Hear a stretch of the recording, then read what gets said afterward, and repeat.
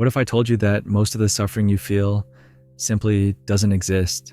That the fears that paralyze you, the worries that keep you awake, and even that overwhelming anxiety might just be projections of your mind. Shadows that seem real but evaporate when looked at closely. Think about how many times you've lost sleep over something that, in the end, wasn't that serious. That presentation, that difficult conversation, that mistake that seemed unforgivable. Everything seemed like the end of the world until the moment passed, and you realized that the monster was smaller than you imagined. But if this happens all the time, why do we continue to be held hostage by these fears? In this video, we are going to explore how Spinoza solved this problem and how you can solve it too. The truth is, our mind is a great storyteller. Many times it creates catastrophic scenarios driven by past experiences or anxiety about the future. But most of the time, these projections never come to pass. But why do we continue to be held hostage by these internal voices? Why does our brain insist on alarming us about problems that might not even exist? This phenomenon is not new. Several philosophers and thinkers dedicated their lives to understanding the origin of our suffering, and among them, one stood out for revealing that perhaps our anxieties are the result of misguided interpretations of reality. Therefore, we can ask ourselves, if we change our view of reality, could we reduce our anxiety? To answer this question, we need to go back in time and learn the story of a man who dared to challenge the way we perceive the world. Today we are going to learn, or revisit, the story of Baruch Spinoza, a man who dared to see the universe differently from everyone around him. And because of that daring, he paid a very high price. In the 17th century, in Amsterdam, Spinoza was born into a community that followed strict religious and social traditions. He was brilliant and curious, always questioning sacred texts and dogmas that most people accepted without hesitation. His revolutionary ideas about God, nature, and the human condition were considered dangerous. Spinoza saw the divine not as a separate entity, but as the very fabric of the universe. For many, that sounded like heresy. Result, he was excluded from his community and declared persona non grata. Everything he knew, family, friends, financial support, vanished overnight. Anyone in his place could have collapsed into an endless pit of despair, but he chose another path. Instead of succumbing to suffering, he used his isolation to work on a philosophy that still teaches us today how to escape the oppression of our own fears. But what was his philosophy? For Spinoza, everything in the universe is connected. Every event arises from an infinite web of causes and effects. Nothing happens by chance. Nothing escapes the laws of nature.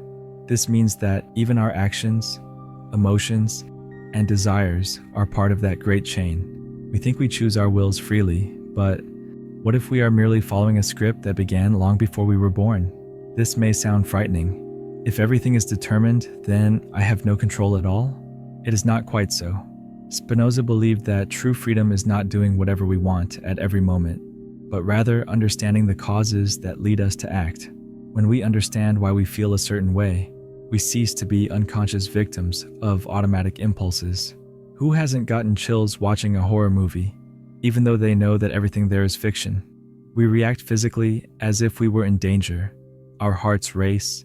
We become tense. It is a biological reflex. We are programmed to flee from threats. However, in a cinema, there is no real threat, and yet we suffer. This illustrates how fear can be the result of internal interpretations rather than concrete facts. If we think about our lives, we will realize that often we project failures or rejections even before something happens. We expect the worst, as if it were inevitable. This anxiety grows, fueled by memories, traumas, and insecurities. But most of the time, the storm exists only within us. Recognizing that fear is, almost always, a fantasy created by our mind is the first step to dismantling these imaginary constructions. It is at this point that Spinoza's philosophy brings a powerful tool for liberation. Okay, I understand that fear can be constructed by our mind, but how do we get out of it? You might be wondering. Here is Spinoza's formula to break the cycle of suffering. 1. Deepen your understanding of what scares you. Most of our anxiety is born from the fear of the unknown. just like when we fear being prosecuted for not knowing the law, or fear college entrance exams because we have never taken them. For this reason, Spinoza argued that the path to liberating ourselves from our anxiety begins with seeking to understand reality as it is, reducing the unknown. This involves asking, am I reacting to facts or to the fanciful stories I tell myself? When something shakes us, we need to investigate the causes to see what is concrete and what is imagination. This exercise in reasoning can drastically reduce the power of negative emotion. 2. Observe emotions without identifying with them. Try to mentally distance yourself from the feelings that arise. Instead of saying, I am scared, try thinking, there's fear here, as if you were in the cinema watching the movie of your own life. This small change helps to see the emotion as an object of study and not as an inseparable part of who you are, which helps to significantly reduce anxiety. 3. Accept the inevitable without passivity. Once we realize that free will does not exist as we tend to believe, accepting the inevitable can be a good way to reduce our anxiety. But acceptance is not being complacent. It is understanding that certain events follow the laws of nature or are the consequences of past actions. If something is completely beyond your control, fighting it only increases the pain. On the other hand, if something depends on you, act rationally, without the emotional burden that blinds and disorients you. Reflect on everything that is not under your control. Regardless of whether free will exists or not, Spinoza invited us to reflect on how much we are conditioned by things that are outside our control, yet we sometimes ignore. For example, you didn't choose your genes, which were passed from parent to child. You didn't choose the country you were born in, or the education you received, much less your school. Most of what happens to us currently is outside our control, and paying attention to everything that conditions us can alleviate some of the pressure and worry that overload us. Considering what has been presented, I invite you to use the comments on this video as a space for therapeutic reflection and share the last situation in which you felt fear, but later realized that you were exaggerating. Your experience may help others see their own fears differently.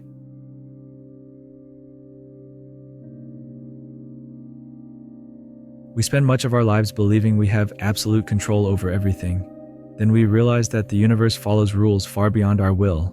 What do we do with this realization?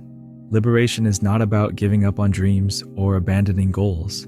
It is about understanding that while we are alive, we can direct our actions with more awareness. Fear becomes smaller when we look at it through the lens of its true causes. In this state of clarity, life flows. We learn to embrace opportunities and deal with frustrations in a lighter way. Less internal conflict, more real growth. Perhaps you face a health problem in the family or a breakup. The pain exists.